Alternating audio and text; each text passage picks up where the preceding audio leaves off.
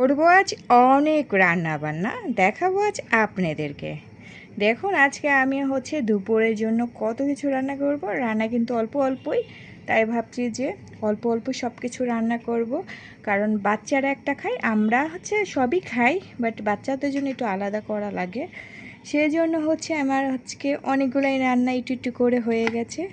দেখুন, তো সবগুলোই আজকে দেখাবো। এটা চেউয়া মাছ ভুনা করব।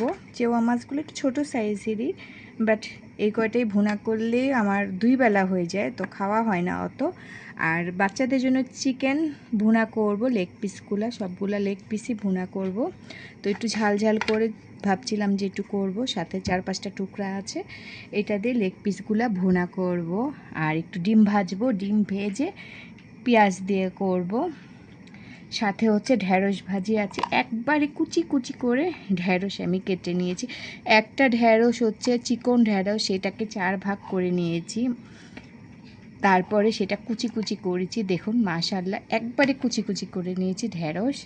আর শাকের জন্য পেঁয়াজ মরিচ সব কিছুর জন্যই অনেক পেঁয়াজ কেটেছি।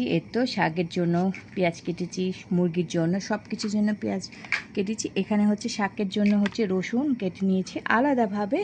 আর এটা কলমি শাক, 1 মুঠ কলমি শাক আমি ভালো করে ধুয়ে তারপর এটা আমি সিদ্ধ করে নিয়েছি। অনেক তেল, রসুন, পেঁয়াজ, কাঁচামরিচ দিয়ে আমি এটা বাগার দেব। অনেক ইয়াম্মি লাগে আমার এই শাকটা। তো আমি একটু কলমি শাকটাই বেশি আনা পড়ে, আর চিকেনটা একটু বেশি খাওয়া পড়ে আমাদের বাসায়, কারণ ছোট বাচ্চার ঘর যেহেতু একটু চিকেনটা একটু বেশি খায়। সাথে একটু ডিম ভেজে পেঁয়াজ দিয়ে করব, একটু হালকা ঝোল রেখে। তো বেশি কিছু রান্নাবান্না নাই, এই কিন্তু অল্প অল্প করে রান্না করি। দেখি 2 বেলা হয়ে গেলে তো বেঁচেই গেলাম, না হলে তো আবার কিছু করা লাগবে। তো কেমন হয়েছে আজকে রান্নার গুছানিটা দেখালাম। তো কেমন হয়েছে রান্নার গুছানিটা অবশ্যই সবাই কমেন্ট করে জানাবেন। গুছানিটাই কিন্তু অনেক কষ্টের। সব কিছু আমি গুছিয়ে নিয়েছি, এখন তো একটা একটা করে দুপুরে রান্না বসিয়ে দেব। অবশ্যই আমাদের ভিডিও দেখবেন, লাইক করবেন, শেয়ার করবেন, কমেন্ট করবেন। খালি যে দেখবেন, ঘুরবেন ফিরবেন তা হবে না, আমার পরিবারে আসবেন, দেখবেন, ভিডিও দেখবেন। আর অবশ্যই লাইক করতে কিন্তু ভুলবেন না। আপনারা খালি আসেন আর ঘুরে যান গা, লাইকটা কেউ কিন্তু করে না, লাইকও করা লাগবে। তো এখন একটা একটা করে সবগুলা রেসিপি তৈরি করে ফেলি।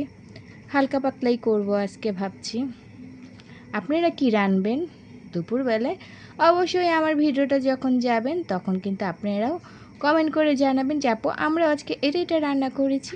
তো দেখতে থাকুন, পুরো ভিডিও থাকবেন পুরো ভিডিও জুড়েই।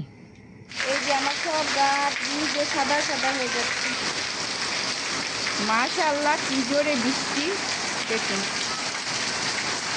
গাছগুলা সাদা হয়ে যাচ্ছে।